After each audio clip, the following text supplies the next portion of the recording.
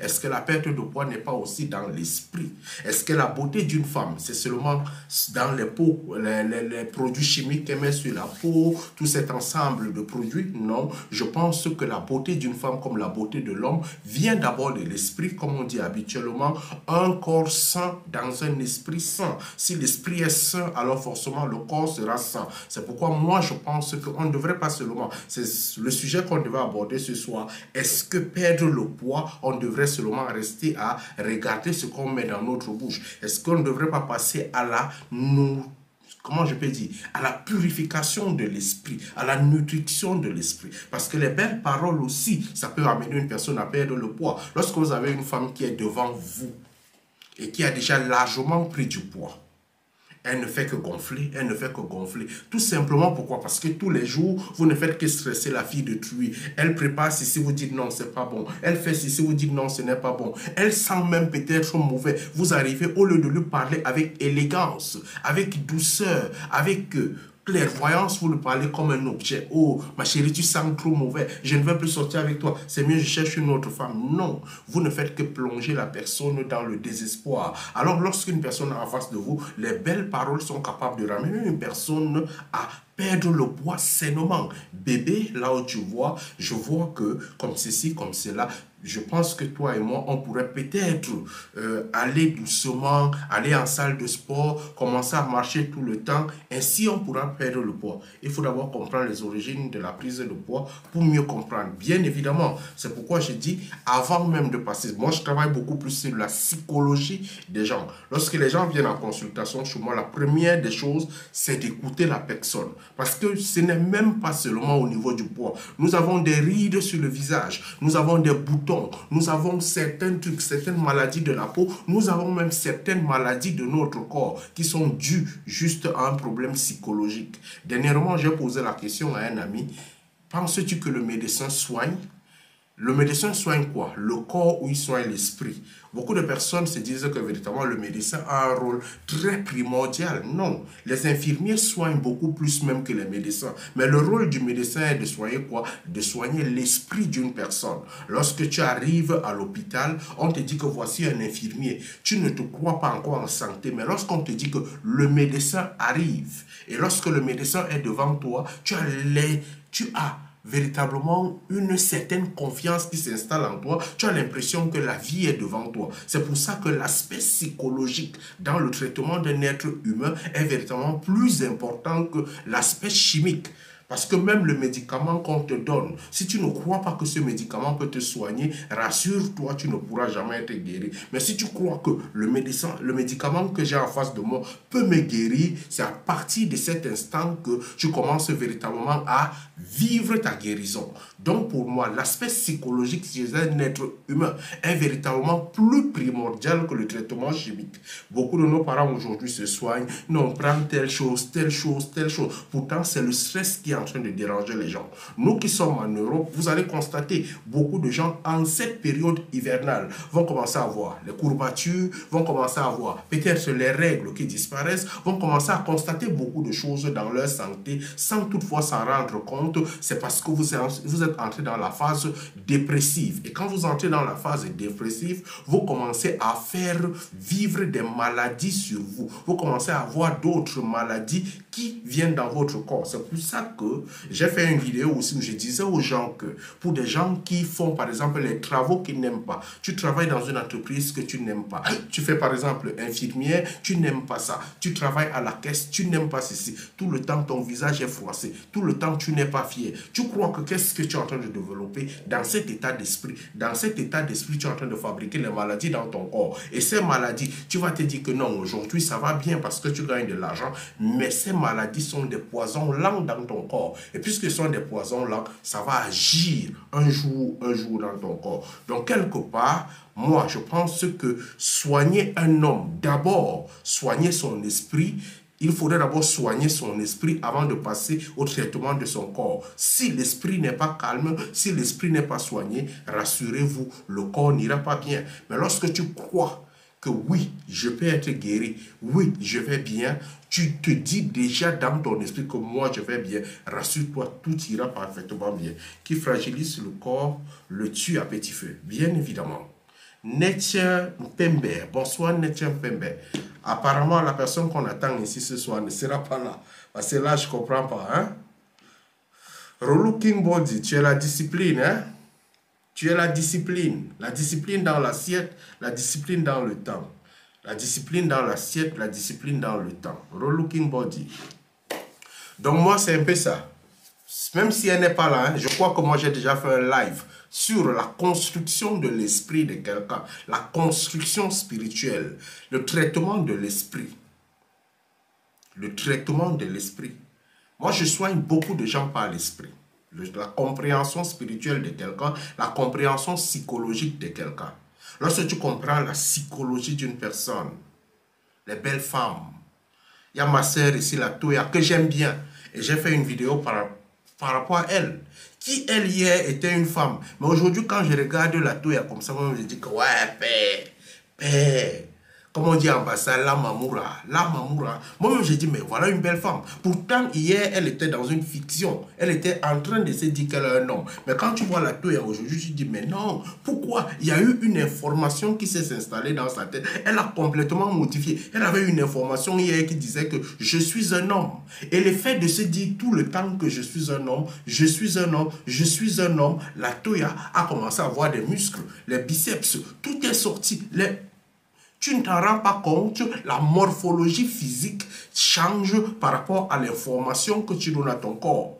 Lorsque vous regardez, il y a par exemple, j'ai fait une vidéo sur cette personne, il y a des filles ici dehors, que tu la regardes comme ça, elle se dit dans son esprit que je suis un homme. Plus elle ne fait qu'envoyer l'information dans son corps, je suis un homme, je suis un homme, je suis un homme, elle finit par avoir les formes d'un homme. Mais lorsque elle change cette information et commence à se dire que je suis une femme et une belle femme, il faut préciser, je suis une très belle femme. Lorsque elle commence à se dire ça, elle commence à installer cette information dans son corps, il y a une action hormonale qui se déclenche tout le temps. Et lorsque cette action hormonale se déclenche, elle va commencer à constater qu'elle brille. Elle devient de plus en plus belle. Elle devient de plus en plus lumineuse. Pourquoi? Parce qu'elle croit en elle. Parce qu'elle envoie l'information à son corps que je suis une belle femme. Je le suis. J'ai de très belles formes. Je suis rassurant. C'est pour ça qu'il faut de temps en temps, les hommes qui sont là, complimenter vos femmes.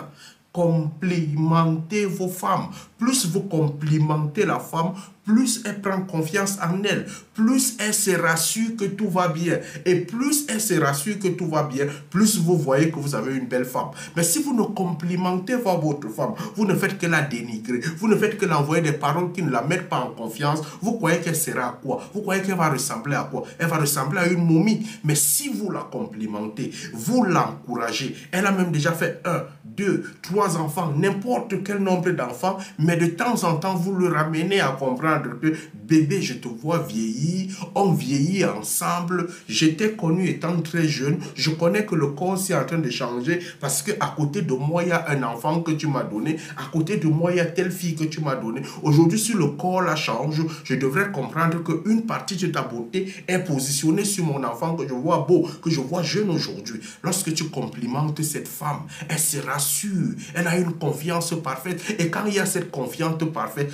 tu ne pourras jamais, même si elle a 70 ans, 100 ans devant toi, elle est confiante qu'à tes yeux, elle est l'étoile, elle est la merveille. Et à partir de là, ta femme ne sera jamais négligée. À partir de là, ta femme ne sera jamais laide à tes yeux parce que c'est toi. Ce sont les mots que tu envoies vers ta femme qui rendent extrêmement belle ta femme. Ce sont les mots que tu envoies vers ta femme qui rendent extrêmement laide ta femme. Ce sont les mots que tu envoies vers ta femme qui rendent extrêmement négligée ta femme. Mais si donc elle commence à être négligée, rechange les mots, inverse la chose, commence à la nourrir. Nourris-la de belles paroles, nourris-la de beaux esprits, nourris-la d'un bon environnement. Tu verras ta femme devenir une lumière à tes yeux. Moi, je pense que c'est comme ceci qu'on pourrait aider nos femmes. La meilleure façon. Comment sait-on si notre esprit c'est ailleurs qu'en nous? Merci Pembe. Merci Pembe, je ne sais pas. Il faut reposer la question, elle n'est pas bien posée. Désolé, merci. Donc moi, c'est un peu ça. un corps sain, dans un esprit sain. Cette génération a besoin de ce discours. C'est vrai, ils ne peuvent plus le comprendre. Ce n'est pas eux qui font. Cette génération est une génération égarée. La génération où papa et maman sont assis devant le téléphone. Croyez-vous que cette génération peut comprendre la vie? La génération qui ne connaît plus qu'on part au village. La génération qui connaît seulement que mon téléphone, mon ordinateur, qui connaît seulement que je joue au jeu de hasard. Ils connaissent seulement que je suis assis dans une salle de cinéma, qui connaît seulement que le beau, c'est ce qui brille. Comment est-ce que cette génération va comprendre ça? La génération où papa est à gauche, maman est à gauche, la génération où on ne peut plus s'asseoir à côté de grand-mère, on va commencer à trouver que grand-mère est peut-être folle, elle est peut-être sorcière. La génération qui ne se rapproche plus des parents, comment est-ce que la génération peut comprendre ça? La génération où les parents sont largement occupés, ils sont tout le temps au travail, ce sont les ménagères qui éduquent les enfants. Comment cette génération va comprendre ça? Ils ne peuvent refléter que ce qu'ils voient, ce qu'ils apprennent. Cette génération n'a pas appris l'amour. Cette génération n'a pas appris la compréhension. Cette génération n'a pas appris l'assistance. Cette génération n'a pas appris la douceur. Cette génération apprend la brutalité. Et si une génération apprend la brutalité, vous croyez que cette génération va donner quoi? Une génération qui se dit que pour faire l'amour, il faut seulement le faire devant le téléphone pour qu'on puisse trouver de l'adrénaline. Une génération qui pense que lorsque tu es avec une femme, c'est seulement quand elle t'a envoyé une photo nue d'elle que tu vas trouver que cette femme la t'aime. Une génération qui pense que véritablement pour pouvoir faire quelque chose avec une femme, il faudrait que vous buvez l'alcool jusqu'à ce que vous puissiez devenir sous. Une génération qui pense que pour être bien, il faudrait aller en boîte en train de prendre une chicha. Vous pensez que cette génération-là va produire quoi? C'est cette génération, c'est ce que nous, aujourd'hui, nous leur donnons qu'ils offrent. C'est ce que la société donne à ces générations qu'ils offrent. Nous, je pense que la bonne génération est dépassée. Aujourd'hui, nous n'avons qu'à constater. Si nous avons l'opportunité, soyons des parents qui éduquent. Soyons des parents qui parlent encore à leurs enfants. Soyons des parents qui font en sorte que lorsque le temps arrive, on prend nos enfants, on les envoie au village. Revivre encore légèrement ce qu'on appelle les championnats de village. Revivre encore ces instants précieux. Reconstruire encore. On construisait ça, les maisons en paille, les maisons en natte, revivre encore ces petites expériences du village parce que ça va nourrir leur esprit, ça va leur faire comprendre qu'ils sont des hommes. Cette génération qui ne vit qu'en ville, qui ne rêve que de l'Europe, qui ne rêve que du téléphone, qui ne rêve que des environnements où l'air est déjà invivable, les environnements où l'air est pollué. Pensez-vous que cette génération peut encore s'en sortir? Où est-ce que l'air est bon? L'air au village, l'air de qualité est au village. C'est quand tu es assis au village, tu es en train de manger tes prunes, tu es en train de vivre sans lumière, tu es en train de vivre dans un environnement neutre que tu commences à ressentir que tu es un homme, que tu commences à te réinterroger. Mais une génération qui vit là où il y a le bruit tout le temps, pensez-vous que cette génération-là peut faire quoi? Cette génération peut faire quoi? Quand vous regardez les pays en Europe, quand on parle de richesse, la richesse, les gens qui sont riches, ils sont où? Les gens qui sont riches sont dans les quartiers calmes. Les gens qui sont riches sont dans les quartiers calmes, sont dans les quartiers posés. Mais nous aujourd'hui, s'il n'y a pas le bruit, on ne vit pas dans ces quartiers. Les gens qui sont riches sont dans les quartiers calmes, ce qui veut dire que la richesse se construit lorsque on se concentre sur notre esprit, sur la compréhension de nous-mêmes. La richesse se construit lorsqu'on se concentre sur notre esprit, sur la compréhension de nous-mêmes. La plupart des grands poètes, quand ils écrivaient les livres, quand ils écrivaient les trucs poétiques, qu'est-ce qu'ils faisaient? Ils s'élevaient, ils partaient s'asseoir au bord de la mer pour pouvoir écouter leur esprit. Leur esprit leur parlait et ils écrivaient. La plupart des grands savants, pour pouvoir sortir des livres, pour pouvoir inventer cette lumière, ils partaient s'isoler. Ils se mettaient à côté et ils écoutaient leur esprit. Mais cette génération n'écoute plus leur esprit. Si tu n'as pas le téléphone, génération connectée, marcher en route, regarder le téléphone, cogner même le bambou, cogner toutes choses parce qu'on est concentré sur le téléphone. Si tu n'es plus concentré sur toi, comment peux-tu réussir à penser à la richesse? Comment peux-tu réussir à penser à l'évolution? Comment peux-tu réussir à penser à dépasser qui tu es? Comment peux-tu réussir à penser, à constater même que toi-même tu n'évolues pas? Ça, c'est C'est cette génération-là. Il faudrait retravailler, reconstruire, redynamiser, revisiter. Voilà ça. Nous sommes en live. Vous allez trouver des lives là maintenant où ce n'est que le bavardage. Aucun sujet construit, aucune direction. Mais regardez là où les réseaux où nous sommes vont envoyer le truc. C'est là-bas qu'on va envoyer. Parce que c'est comme ça qu'on a construit cette génération. Oh là là, pitié pour nous-mêmes. Comment sait-on si notre esprit est loin de nous et comment rappeler notre esprit à nous? Oh là là, j'étais parti quelques secondes. Ok. La question, comment sait-on si notre esprit est loin de nous et comment appeler notre esprit en nous? Ça, c'est un peu compliqué peut-être. Mais il faut d'abord avoir la définition de l'esprit. L'esprit, c'est quoi? Pour toi, c'est quoi ton esprit? Est-ce que quand tu fermes les yeux, tu ressens que ton esprit est en toi ou ton esprit n'est pas en toi? Il faut d'abord connaître la définition de l'esprit. L'esprit, c'est quoi? Moi, je ne suis pas spirituel. Ceux qui sont spirituels sont ici sur TikTok. Eux, ils réfléchissent comme ils réfléchissent.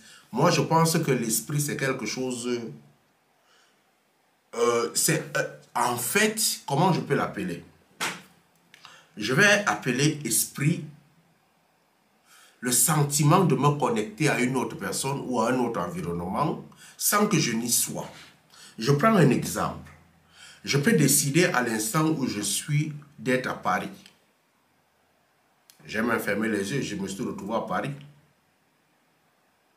Lorsque je rouvre les yeux, je quitte de Paris, je reviens ici. Je pense que vous, Neper Pembe, il vous est déjà arrivé de quitter de votre corps, je ne sais pas quelle zone géographique vous vous retrouvez maintenant. Mais si vous êtes par exemple en Europe et que vos enfants sont au Cameroun, je pense que vous pouvez décider à l'heure actuelle de retrouver vos enfants au Cameroun et de les visiter, les regarder. Il suffit, vous êtes au Canada, ok. Si vous êtes au Canada, vous pouvez décider là maintenant de visiter vos enfants au Cameroun. C'est assez simple. Il suffit que vous quittez, vous pensez à eux, vous vous connectez à eux, vous allez les ressentir. Lorsque vous quittez d'eux, vous allez revenir, ils vont revenir, vous allez revenir avec votre esprit en vous et vous serez en train de penser à vous. Alors, moi, je peux prendre un exemple. J'aime souvent le dire, hein? Les gens qui font, par exemple, vous qui êtes au Canada, les gens qui font beaucoup plus les relations à distance. Ce sont des gens qui développent dans leurs relations un amour par l'esprit. Les gens qui vivent beaucoup les relations à distance, ce sont les gens qui développent entre eux un amour par l'esprit. Lorsque tu développes l'amour par l'esprit, tu es capable de ressentir que la personne te touche. Tu es capable de ressentir que la personne est sur toi. Tu es capable de ressentir le physique de cette personne. Pourquoi? Parce que tu enlèves ton esprit, tu le fais sortir et tu te connectes à l'autre. Mais lorsque tu quittes de cette phase où tu t'es connecté, il suffit même, tu allumes ton téléphone. Oh bébé, tu me manques, bébé, bébé. Tu te connectes à la personne au point où tu commences à ressentir ses émotions. Tu es sorti de ton corps, ton esprit est sorti, il est parti se connecter spirituellement à l'autre. Il suffit donc que tu arrêtes de penser à la personne, ton esprit revient en toi. Voilà à peu près les manifestations de sortie d'esprit de notre corps et de retour d'esprit dans notre corps. Moi, à peu près, c'est un peu, d'une façon un peu comme ça que je vais t'expliquer. Ce qui veut dire que si tu me dis que comment est-ce que je peux savoir que mon esprit est sorti de moi, c'est juste par la manifestation et c'est décisif. C'est toi-même qui décides qu'à cet instant-ci, il faudrait que je me retrouve au bord de la mer. Tu commences à penser. On peut même te retrouver parfois que tu es même en train de somnoler, mais la personne ne se rend pas compte. Tu es toi ailleurs, tu n'es même pas là. Tu es en train de nager même. Étant trop à l'aise, ressentant l'eau couler sur toi. Et à un certain temps, tu décides de revenir vers toi. Il suffit de penser à un bon lieu. Il suffit de penser aux cakes de floor cake. Regardez quelque chose. Hein? Nous sommes ici sur Internet. Nous sommes sur Internet. Et là maintenant, vous passez sur Internet. Vous voyez l'image de Balthazar. Vous voyez simplement l'image de Balthazar. Une femme qui est en manque, quand elle voit l'image de Balthazar, elle a un fouet. Quand elle a un fouet, elle va se retrouver qu'en bas, là, ça a mouillé. Pourquoi? Vous croyez que c'est quoi? Elle est sortie d'elle, elle est partie chercher Balthazar, elle s'est connectée à Balthazar. Et comme elle s'est connectée à Balthazar, c'est pour ça que l'eau sort de son corps. Balthazar l'a touché spirituellement. C'est pourquoi je parle souvent ici sur les réseaux sociaux que faites très attention aux réseaux sociaux. Parce que ici, on se connecte à beaucoup d'esprits. Ici, on se met en connexion avec beaucoup d'esprits. Faites très attention aux réseaux sociaux. C'est pour ça que quand je vois des filles, elles viennent danser ici, là, elles bougent ses trucs derrière, elles bougent son devant. Il y a beaucoup, il y a des filles qui se mettent comme ça en live, comme je suis en live là maintenant. Vous voyez, 3000, 4000 personnes sont connectées. Vous pensez que quoi? Le temps qu'elle est en train de montrer son corps, elle est en train de montrer ceci. Il y a beaucoup à l'instant là qui sont en train de l'amougou. Et ils sont en train de l'amougou, pas physiquement, ils sont en train de l'amougou spirituellement. Et comme on l'amougou spirituellement, elle va le ressentir.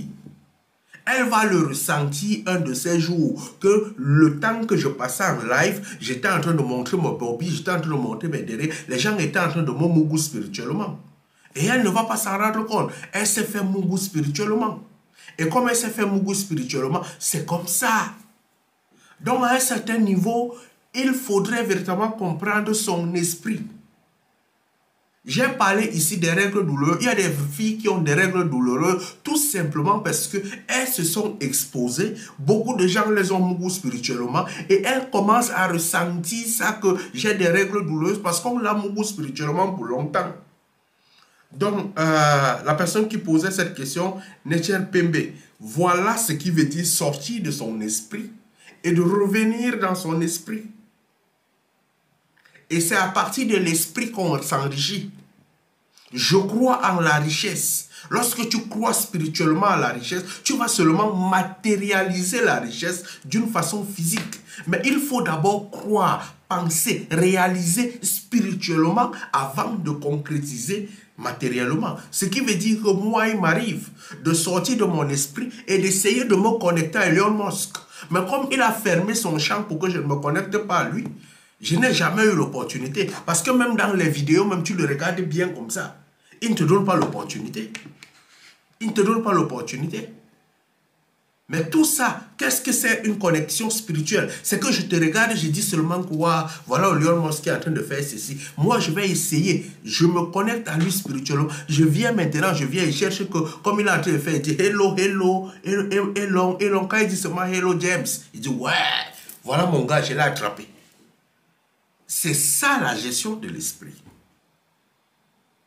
C'est pas sorcier. C'est pas sorcier. Moi, je n'aime pas trop parler de ces choses. Je laisse souvent, il y a des thématiques que moi je parle trop philosophiquement, trop psychologiquement. Pourtant, il y a des gens ici là qui parlent ça en termes de spiritualité. Moi, je parle pas ça en termes de spiritualité. Je parle de ça en termes de compréhension de l'homme. En termes de compréhension de la psychologie humaine, en termes de compréhension de la nature humaine. Mais il y a des gens qui parlent de ça d'une façon spirituelle. Eux, ils sont spirituels. Peut-être ils sont spirituels ou sont religieux, ils sont ce qu'ils sont. Donc moi, je te l'explique au terre à terre, suivant la pensée et suivant la compréhension du corps. Ce que j'explique là, il est très difficile à cette génération qui boit le vin, qui fume la cigarette, qui passe le temps dans les boîtes de nuit, qui est permanemment tout le temps à l'école, à concentrer à chercher les diplômes, qui cherche en même temps l'argent, qui est concentré à faire les sextapes. C'est très difficile pour cette génération de se retrouver, de se connaître. Quelqu'un m'a posé la question dernièrement, c'est quoi le connaître toi-même? Le connaître toi-même est un travail. Pour arriver à te connaître, connaître ton corps, connaître ton esprit, connaître ton physique, connaître ton âme, c'est un travail difficile. C'est un travail permanent. C'est un travail expérimental. C'est que je commence à me regarder, je commence à me comprendre. Moi, j'ai réussi à me comprendre sur beaucoup de choses. Avant, j'étais un gars qui aimait trop les femmes. Moi, c'était ma nourriture. Si vendredi passait, je ne voyais pas une nouvelle femme. Vraiment, c'est que ça ne va pas. Mais dans cette expérience de multiples femmes, j'ai fini par comprendre qu'il y a des filles que je couche avec elles aujourd'hui. Demain, je suis hyper fatigué. Je suis hyper fatigué. Je dis, waouh, qu'est-ce qui m'a fatigué? Est-ce que c'est toujours une femme avec qui j'ai couché comme ça? Je quitte avec une femme que j'ai couché. L'autre que je couche, demain je sors. C'est l'accident que je fais. Je couche avec une autre. Je sors. C'est comme si je sens mauvais partout. J'ai commencé à travailler ça et comprendre que, attention, j'ai des choses au niveau de ce que je fais. Vous pouvez poser votre question. Information mondiale. J'ai des choses au niveau de ce que je fais, au niveau des femmes.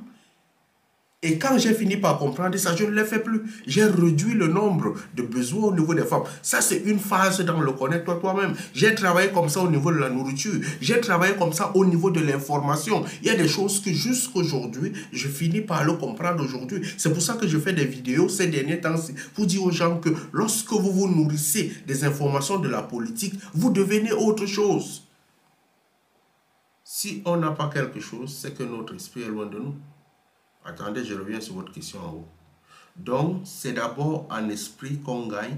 Mari, diplôme, travail, tout ce qu'on veut. Oh là là. La foi, comme définissent les chrétiens, est une ferme assurance. Une démonstration des choses qu'on ne voit pas. Si vous n'avez pas encore matérialisé quelque chose dans votre esprit, vous ne pourrez jamais la voir physiquement. La chose commence par l'esprit avant de la voir dans le physique.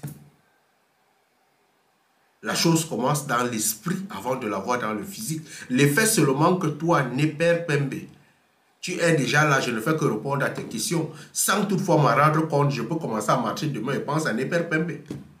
Et à partir de là, je vais commencer à dire Néper Pembe. Elle posait trop de questions, elle posait trop de questions, elle posait trop de questions. Je me retrouve en train d'essayer à savoir qui est Néper Pembe. Et lorsque j'essaie à savoir qui est Néper Pembe, sans toutefois me rendre compte, je peux me connecter à toi. Tu es venu vers moi, pourquoi? Peut-être parce que tu as vu une information. Et lorsque tu as vu une information, tu es parti, tu as commencé à te poser la question. La relance même, c'est qui? Il fait même dans quoi? Il vit même comment? Tu es quitté, tu es rentré, tu as commencé à regarder mes vidéos. Et lorsque tu as regardé mes vidéos, tu es passé à la phase de te dire que je peux faire confiance à la relance. Et à ce moment, je vais un peu tester en lui posant des questions comme ceci. Si ces réponses vont droitement à ce que je pense, je vais me connecter à lui pour pouvoir grandir avec lui. Tu crois que tu vas rester là pour rien? C'est parce que tu es passé à la phase du travail spirituel que maintenant tu vas te décider un jour de dire que je suis fatigué de pouvoir voir les choses de la relance spirituellement sur internet. Je vais prendre mon téléphone, je vais l'appeler, je vais causer avec lui. Connexion naturelle directe. Vous croyez que c'est différent? C'est comme ça la vie. Qui disait? J'ai une question. Information mondiale. Lorsqu'on a une question, on la pose directement.